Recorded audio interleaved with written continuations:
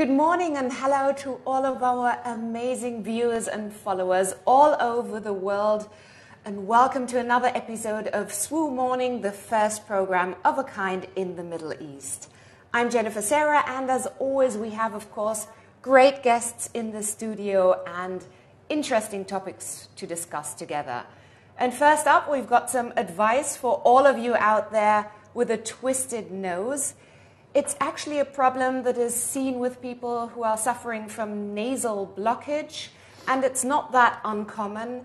And often it needs a high level of ENT surgeons with thorough experience in rhinoplasty and functional nasal surgery. And thank God we have an expert here with us today, Dr. Abdul Razzak Juratli, consultant ENT surgery from Zahra Hospital, Sharjah, and he's going to talk to us about twisted nose and the causes and how we can deal with it. Thank you and welcome. Thanks a lot. Thanks so much for joining us. Thank you very much. Actually, a crooked or twisted nose poses the most challengeable and difficult noses for rhinoplastic.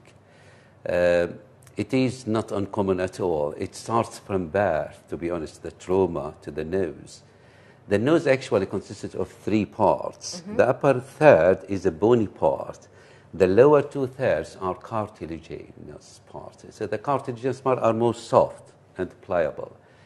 Now, the bony part in the inborn children is usually soft, small, and more actually compliant for any little trauma. It appears that up to 23% of people actually have that twisted nose because of a birth trauma. And this is not little at all. So it happens during birth? Yes. That something, that the nose is fractioned? Fractioned, yes. Ah, okay. And that's very important. A lot of people believe it's a genetic base issue. Yeah. And they believe they have this twisted nose from the, inherited from the family issue, but it's not always. It starts from birth when you apply the forceps to pull the child out of the uterine. And this causes trauma. The nose used to be very soft and pliable. But when the patient actually or the child grew up, it doesn't appear until later on. And the twisting in the nose might accompany twisting in the whole face. So you get slightly actually asymmetry in the cheeks, and that's not easy to be noted. But isn't every face a little bit of asymmetric? I would say yes, and that's the important point. A lot of people, they come with a twisted nose, and you study the face and study the proportions, and you mention for the patient, say, it's not just your nose which is twisted, it's your whole face. So we need to know about it before surgery, because we need to do very careful plan for surgical correction. And what does twisted nose as such mean? Is it just like a bend in it, or is it like, because it obviously can't be completely twisted like a roller coaster? What can one see it from the outside? When the nose actually out of the medial alignment, we call it twisted. So there are a few degrees. In my new classification, which I published last year in American Journal, I established guidelines about how to assess twisted nose. Now, simply, as I started my speech, I divided the nose to three parts. Upper third, bony part, middle and lower thirds are concerning of maintaining the internal nasal valve integrity. So these are the narrowest part of the nose. When you pinch it, you stop breathing. So these are actually mainly concerned in thorough correction during doing any kind of reduction rhinoseptoplasty or augmentation rhinoseptoplasty. Now, when this midline alignment, which we classified between the two brows and the mid-philtrum point, so if you draw midline, okay, and you draw two lines, we call it the brow tip line, which is between the nasal tip defined point and the brow on both sides. So this line should go on the middle. So usually it has to be 50% distances from both brow tip lines. And that's when we call it straight nose. Now, I divided to upper, middle, lower third. If this actually, the distance between the midline and one of these brow tip lines is less or more than 50%, I call it grade 1. If the midline is touching one of those brow tip lines, we call it grade 2. Okay. If it goes, one of those goes beyond the midline, we classify it as grade 3. Now, to make it simple and to address a robust surgical plan for correction such deformity, and I addressed each type of correction, I have to know the degree of the deviation on each third of the external nose. According to the degree, we set robust, proper, very well defined surgical correction. If we missed any of these three parts, we may end up with a twisted nose as well after the surgery. Okay. And the problem, as I said, I started my speech as the cause of a twisted nose start from birth.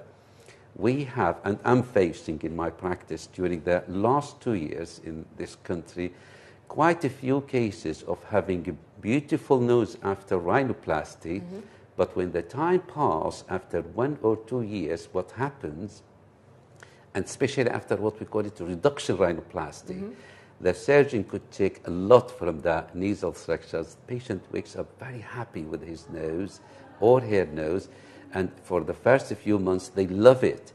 When the time passes, the contraction and the organization, we call it, of that healing, the scars, pulls the nose down and twists it because of lack of structural support. Okay.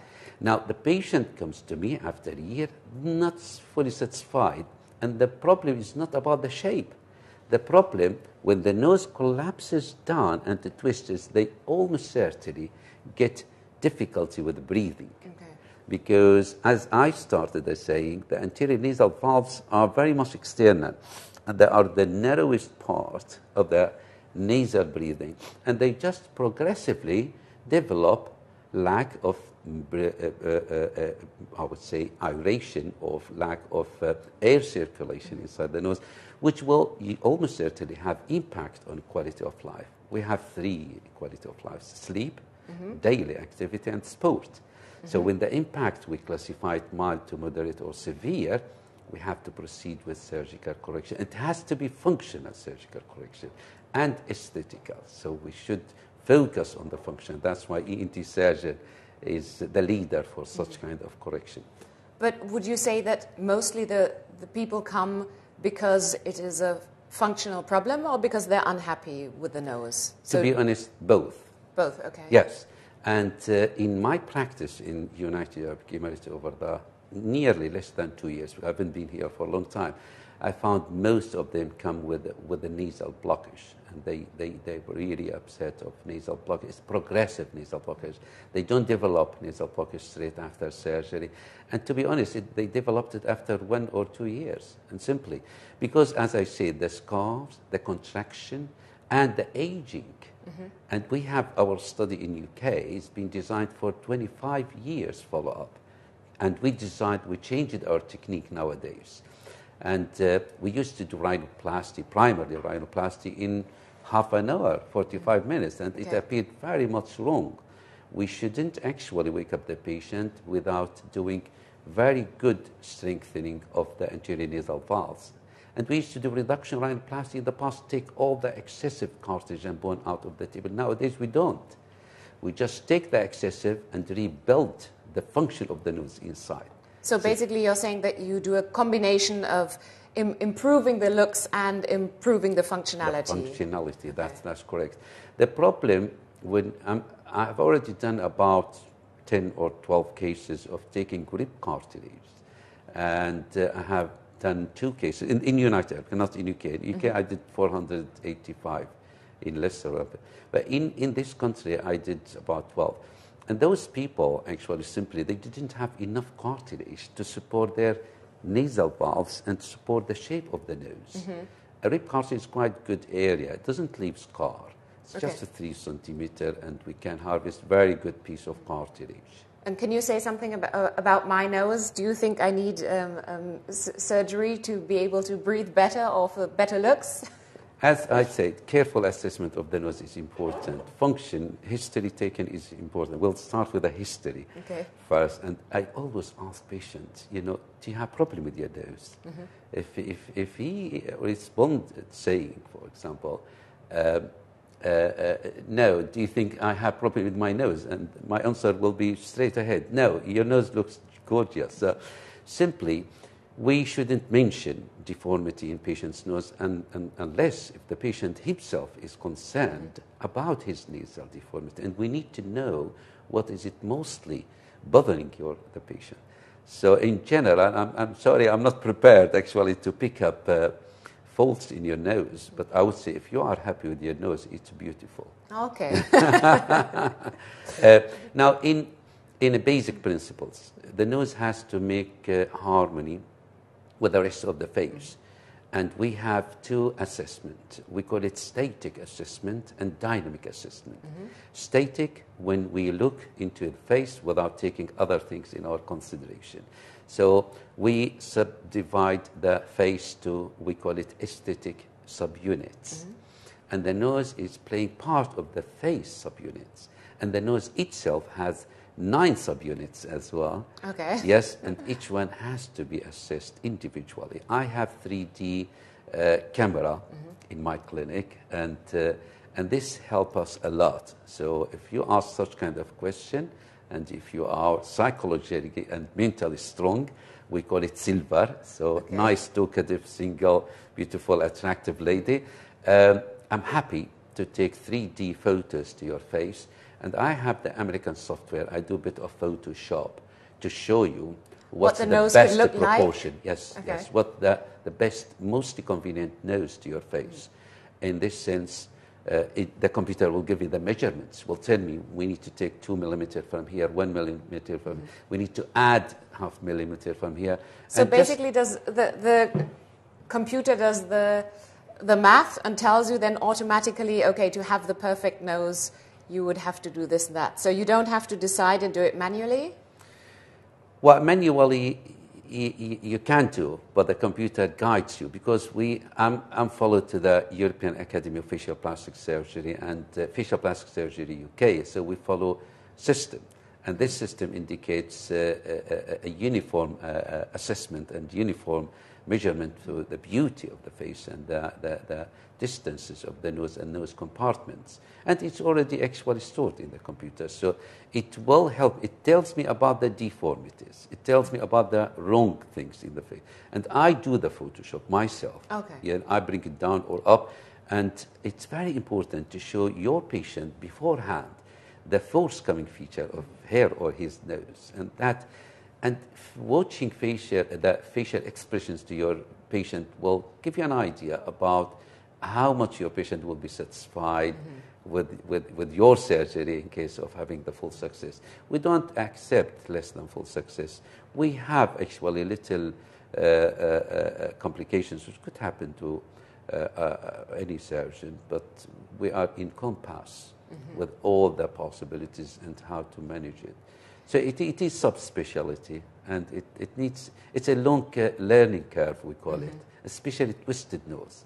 I can't see it the one which people can start with. I'm having most of my patients referred to me from other places. Okay. Yeah. But does it make you critical when you look in the mirror? Do you look at your nose differently than you did before? Amazingly, if you are asking about my nose, I've never looked at the mirror to check my nose distances. Possibly, I'm wrong with that. But well, it just means that you are one of the people who are happy with your nose, right? Well, it's not necessarily. It is growing up, the male concern about noses amongst the population. It used to be more females growing up. But now, to be honest, I'm seeing a lot of males concerned about their nose appearance. But where is it more common? Do more males have the problem with twisted nose or more females?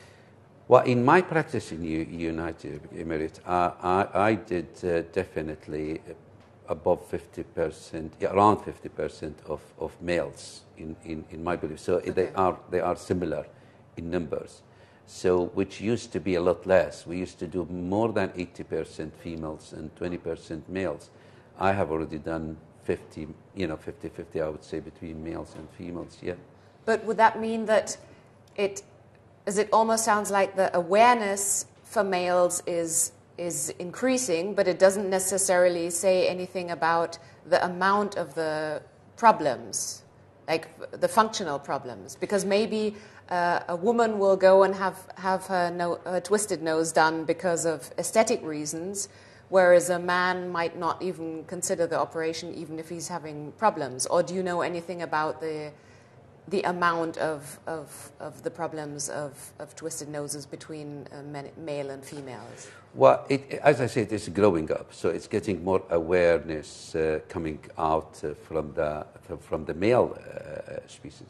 But I just remembered 3 cases, male cases, whom I took rib cartilage to reconstruct their noses.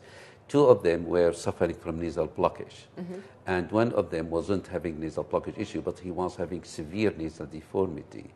And all of them had 2 or 3 surgeries before. Okay.